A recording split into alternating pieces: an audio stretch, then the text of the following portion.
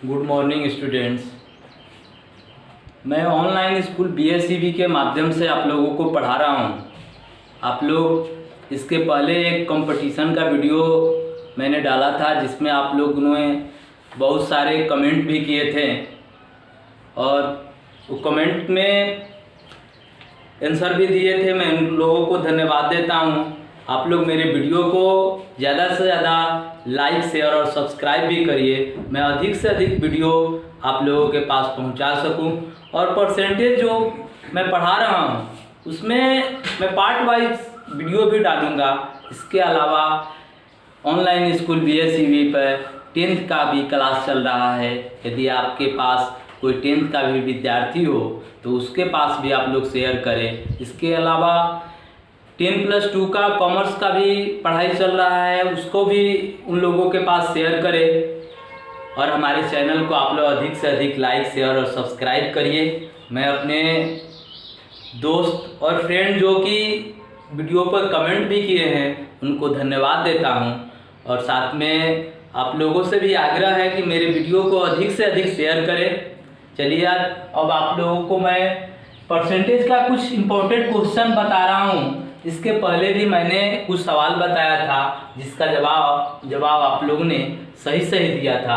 तो अब आप देखिए, अब सवाल कुछ शुरू करते हैं। जैसे कि पहला सवाल है कि चीनी के भाव में 40% वृद्धि होने पर किसी परिवार को चीनी की वार्षिक खपत कितने प्रतिशत कम करनी होगी जिससे परिवार का खर्च न बढ़े। ये बहुत इंपॉर्टेंट क्वेश्चन है। आप लोगों ने यदि कॉम्पिटिटिव एग्जाम दिए होंगे तो देखे होंगे कि ऐसे सवाल बहुत आते हैं। इस सवाल को समझिए, बहुत आसान सवाल होता है। ये बनता कैसे है? जैसे चीनी के भाव में 40% की वृद्धि होने पर किसी परिवार को चीनी की वार्षिक खपत कितने प्रतिशत कम करनी होगी जिससे परिवार का खर्च न बढ़े। जब भी ऐसा दे तो इसी पर आधारित मैंने पहला भी वीडियो बनाया था और इसी पर ही आधारित ये भी है। जैसे मान लीजिए जो भी सवाल के दे, मान लीजिए पहला सवाल दिया है कि इसमें वृद्धि दिया है तो सबसे पहले हम लोग वृद्धि लिख लेंगे। और जब वृद्धि दिया है तो 100 से बढ़ेगा तो यहाँ पर 100 प्लस वृद्धि लिख देते हैं, वृद्धि प्रतिशत। यहाँ पर भी वृद्धि प्रतिशत और गुना 100। जैसे देखिए इसमें 40% की वृद्धि हो रही है तो 40% की जब वृद्धि हो रही है तो हमने यहाँ पर 40 लिख दिया बटा में 100 प्लस वृद्धि प्रतिशत यानी कि 100 प्लस 40 और कितना पर, तो प्रतिशत तो मैंने बताया है कि 100 पर ही प्रतिशत होता है, इसलिए इसका गुना 100 यानी कि 40 बटा में 140 गुना 100। अब इसको कटा लीजिए कि कितना आ रहा है, 0 0 कट जाएगा, 2 दूनी का 4 और 7 दूनी 14। अब तो कटेगा नहीं, यानी कि 200 बटा में 7%। 200 बटा में 7%। तो 7 से यदि भाग देते हैं तो 7 दूनी 14, 6 बचता है 60, 7 बटे 56, 28 पूर्णांक 4 बटा 7%। समझ में आ रहा है? इसी पर ही आधारित हम लोगों को पहला क्वेश्चन बनाना है जिसमें कि चीनी के भाव में 40% वृद्धि होने पर किसी परिवार को चीनी की वार्षिक खपत कितने प्रतिशत कम करनी होगी जिससे परिवार की खर्च न बढ़े। तो कितना प्रतिशत कम करना होगा? 28.4 बटा 7%। यदि हम अपनी खपत को कम कर दें तो कोई भी वृद्धि नहीं होगी। इसी पर आधारित मैंने 2 नंबर सवाल दिया है जिसका आप लोग कि किसी वस्तु के भाव में 20% वृद्धि होने पर उस वस्तु की खपत कितने प्रतिशत कम की जाए कि खर्च न बढ़े। तो इसका जवाब आप लोग कमेंट करके बताइएगा कि इसका आंसर क्या होगा। अब चलते हैं 3 नंबर सवाल पर।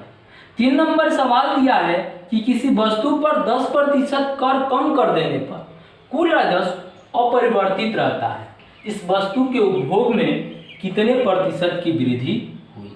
अब कह रहा है कि इसमें कमी कर दे रहा है, 10% कमी कर देने पर। कर में यदि 10% कमी कर दिया जाए तो इसके राजस्व में क्या अंतर आएगा, क्या मतलब कि कितने प्रतिशत की वृद्धि कर दी जाए कि उसके राजस्व में कोई अंतर ना हो, कितने प्रतिशत वृद्धि करना होगा। इस वस्तु के उपभोग में कितने प्रतिशत वृद्धि हुई। तो वृद्धि हुई, तो ठीक है, यहीं पर 3 नंबर सवाल को भी इसी पर आधारित हम लोग बनाएंगे। जैसे दिया है कि 10% कर कम कर देने पर, तो 10% कर कम कर देने पर कुल राजस्व अपरिवर्तित रहता है। तो इसमें देखिए, इसमें दिया है क्या कि 10% कर कम कर देने पर, तो इसमें भी कमी कर रहा है, तो कमी प्रतिशत बटा में जब कमी कर रहा है तो 100 में से घटाएंगे, वृद्धि कर रहा है तो 100 में से जोड़ेंगे, तो 100 माइनस कमी प्रतिशत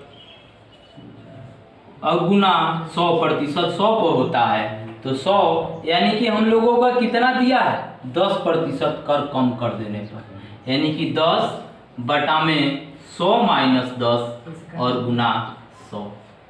10 बटा में 100 माइनस 10 गुना 100 बराबर क्या करेंगे 10 बटा में 90 गुना 100। इसको भी अब कटा लेंगे, 0 0 कट जाएगा, 9 से तो कटेगा नहीं, यानी कि 100 बटा में 90, तो भाग देंगे तो 11.1 बटा में 9%। 100 बटा में 9 आया है, इतना प्रतिशत की कमी।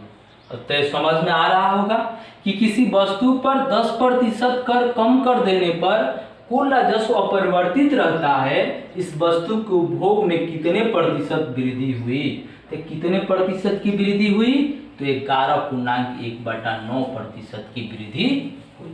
समझ में आ रहा है आप लोगों को। बस 3 नंबर सवाल ये भी बन गया, और इसी पर आधारित मैंने 4 नंबर सवाल भी लिखा है कि किसी वस्तु के मूल्य में 20% कटौती कर दी गई, इससे पूर्व मूल्य में लाने हेतु कितने प्रतिशत वृद्धि करनी होगी। तो कितने प्रतिशत वृद्धि करनी होगी, तो ठीक इसी पर आधारित आप लोग भी इसको बनाइएगा और इस सवाल का भी कमेंट करके बताइएगा 4 नंबर सवाल का कि इसका आंसर क्या होगा। अब चलते हैं हम लोग अगले सवाल में। अगला सवाल दिया है कि किसी वस्तु पर कर में 20% वृद्धि होने पर इसकी खपत में 20% कमी कर दी गई, इस वस्तु पर कुल कर प्राप्ति में अंतर होगा। कितना अंतर होगा, यही हम लोगों को बताना है। क्या कह रहा है, पहले 20% वृद्धि हो रहा है, फिर 20% की कमी कर दी गई, तो कितना अंतर आएगा, यही हमें बताना है। तो सोचिए कि सबसे पहले जब भी ऐसा सवाल दिया रहे कि वृद्धि हो रही है, उसके बाद उसमें कमी आ रहा है, तो क्या अंतर आएगा, तो जब भी ऐसा आएगा तो हमें कमी ही आएगा। ये अंतर याद रखना कि जब भी ऐसा हो तो हमें उसमें लॉस ही होता है, कभी प्रॉफिट नहीं होता है। जैसे मान लीजिए कि 100 रुपये का कोई सामान खरीदे, उसको 120 रुपया बढ़ गया, फिर उसमें 20% की यदि कटौती कर दे तो 100 का तो 20% 20 होता है, लेकिन 120 का 20% तो 20 नहीं होगा, उससे अधिक होगा। तो जब उससे अधिक होगा, 120 का 20% निकाल रहे हैं तो 24 हो रहा है, तो 24 हो रहा है, यानी कि उसको 24 को घटा रहे हैं तो कितना हो रहा है 96, यानी कि 4% की कमी हो रहा है। तो इसको बनाएंगे कैसे, तो इसका भी बनाने के लिए सबसे पहले हम लोग लिखेंगे, जैसे अंतर दिया है 5 नंबर में, जब भी ऐसा अंतर पूछे प्राप्ति में अंतर, तो अंतर बराबर लिखेंगे। जब भी एक चीज़ और ध्यान रखेंगे, ये दोनों दर जो है बराबर हो तब, तो जब बराबर हो तो इसे लिखेंगे -r² बटा में 100, -r² बटा में 100। तो दोनों r तो बराबर है 20%, इसमें भी r 20%, इसमें भी r 20%, तो इसका मान रखेंगे, यानी कि -20 गुना 20 बटा में 100।